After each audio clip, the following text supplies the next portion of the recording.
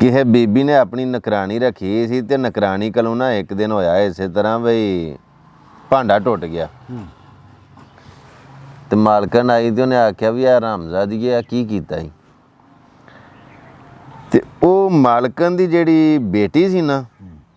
ਉਹਨੇ ਪੁੱਛਿਆ ਆਪਣੀ ਮਾਂ ਨੂੰ ਕਿ ਨਕਰਾਣੀ ਨੂੰ ਤੁਸੀਂ ਹਰਾਮਜ਼ਾਦੀ ਆਖਿਆ ਤੇ ਹਰਾਮਜ਼ਾਦੀ ਕਿਹਨੂੰ ਆਂਦੇ ਨੇ ਤੇ ਮਾਂ ਸੋਚਣ ਲੱਗ ਪਈ ਵੀ ਜੇ ਤੇ ਇਹਨੂੰ ਆਖਿਆ ਦੱਸਿਆ ਨਾ ਵੀ ਹਰਾਮਜ਼ਾਦੀ ਗਾਲ ਕੱਢੀ ਹੈ ਮੈਂ ਤੇ ਇਹ ਬੱਚੇ ਮੇਰੇ ਨੇ ਵੀ ਗਾਲਾਂ ਸਿੱਖ ਜਾਣੀਆਂ ਤੇ ਉਹ ਮਾਂ ਆਪਣੇ ਬੱਚੇ ਨੂੰ ਆਖਣ ਲੱਗੀ ਵੀ ਸਿਹਤਮੰਦ ਜਿਹੜਾ ਹੋਵੇ ਨਾ ਸਿਹਤਮੰਦ ਉਹਨੂੰ ਹਰਾਮਜ਼ਾਦਾ ਆਖੀਦਾ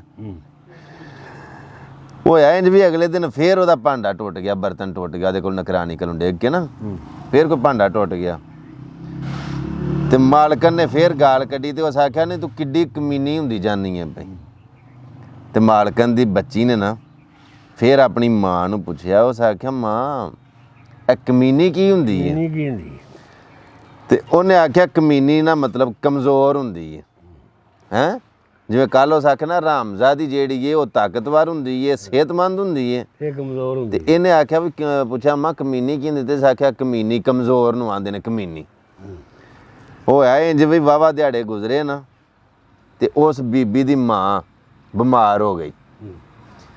ਤੇ ਉਹਦੀ ਬੱਚੀ ਜਿਹੜੀ ਹੈ ਨਾ ਉਹਨੇ ਜੋ ਆਪਣੀ ਮਾਂ ਕੋਲੋਂ ਸਿੱਖਿਆ ਸੀ ਜੋ ਸੁਣਿਆ ਸੀ ਉਹਦੀ ਬੱਚੀ ਆਪਣੀ ਨਾਨੀ ਵੱਲੋਂ ਆਪਣੀ ਮਾਂ ਨੂੰ ਆਂਦੀ ਅੰਮਾ ਵੇਖੋ ਨਾ ਸਾਡੀ ਨਾਨੀ ਪਹਿਲਾਂ ਕਿੱਡੀ ਹਰਾਮਜ਼ਾਦੀ ਸੀ ਤੇ ਹੁਣ ਦਿਨੋਂ ਦਿਨ ਕਮੀਨੀ ਹੁੰਦੀ ਜਾਂਦੀ ਹੈ ਬਈ ਅੰਮਾ ਜੀ ਸਾਡੀ ਨਾਨੀ ਪਹਿਲਾਂ ਬੜੀ ਹਰਾਮਜ਼ਾਦੀ ਨਾ ਤੇ ਹੁਣ ਦਿਨੋਂ ਦਿਨ ਕਮੀਨੀ ਹੋਈ ਜਾਂਦੀ ਹੈ ਬਈ ਤੇ ਉਹਦਾ ਕਿਆ ਵੇਖੋ ਮੈਂ ਇਹਨੂੰ ਬੜਾ ਮਤਲਬ ਕਿ ਵਲਵੱਤਰ ਦੇ ਨਾਲ ਵੀ ਦੱਸਣਾਨੀ ਹਾਂ ਵੀ ਕਿਤੇ ਗਾਲਾਂ ਨਾ ਕੱਢੇ ਜੇ ਸਿੱਖੀ ਵੀ ਹੈ ਤੇ ਕੀ ਸਿੱਖੇ ਵੀ ਮਤਲਬ ਗੱਲ ਸੁਣਾਉਣ ਦਾ ਮਤਲਬ ਹੈ ਜੋ ਮਾਂ ਸਿਖਾਣਾ ਉਹ ਹੀ ਬੱਚਿਆਂ ਸਿੱਖਣਾ ਨਾ ਤੇ ਜਿੰਨੇ ਵੀ ਜੋ ਕੁਝ ਘੁੰਮਣ ਸਾਹਿਬ ਸਿੱਖੇ ਆ ਉਹਨੇ ਉਹ ਜਗ੍ਹਾ ਮੇਰਾ ਮਤਲਬ ਕਿਸੇ ਨੂੰ ਦੱਸਣਾ ਨਾ ਕਿ ਵੀ ਅਸਾਂ ਇਹ ਸਿੱਖੇ ਆ ਹੋਇਆ ਇਸੇ ਤਰ੍ਹਾਂ ਵੀ ਕੋਈ ਬੰਦਾ ਕਿਤੇ ਬੱਚਾ ਟੁਰ ਗਿਆ ਕਿਤੇ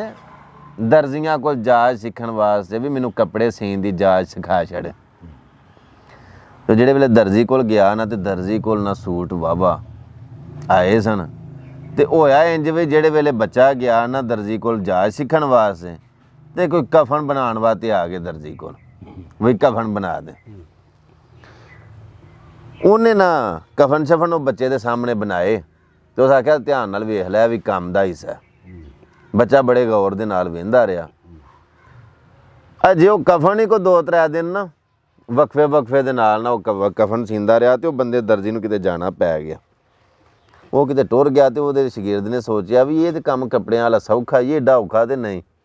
ਇਹ ਕੱਪੜੇ ਛੱਪੜੇ ਕੱਟਣ ਕੁੱਟਣ ਨੇ ਪਿੰਡ ਆ ਕੇ ਦਿਨ ਹੱਟੀ ਬਣਾ ਲਈ ਤੇ ਉਸ ਆਖਿਆ ਵੀ ਮੈਂ ਦਰਜੀ ਬਣ ਗਿਆ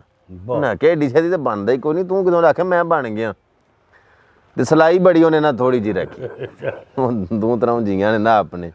ਜਿਵੇਂ ਆ ਗਰਮੀਆਂ ਪਈਆਂ ਚੜ੍ਹਦੀਆਂ ਨੇ ਉਹਨਾਂ ਸੂਟ ਦਿੱਤੇ ਆਪਣੇ ਨਾ ਇਕੱਠੇ ਕੋ 3-3 4-4 ਤੇ ਉਹਨੇ ਆਖਿਆ ਵੀ ਸਾਡੇ ਆ ਸੀ ਛੜੀ ਤੇ ਉਹਨੇ ਆਖਿਆ ਬਿਲਕੁਲ ਸੀ ਪਿਓ ਹੁੰਦੇ ਪਰਸੋਂ ਆ ਕੇ ਲੈ ਜਾਏ ਉਹਨੇ ਆਖਿਆ ਭਾਈ ਇਹ ਵਾਵਾ ਕੰਮ ਹੀ ਫਟਾਫਟ ਹੀ ਛੇਤੀ ਕੱਪੜੇ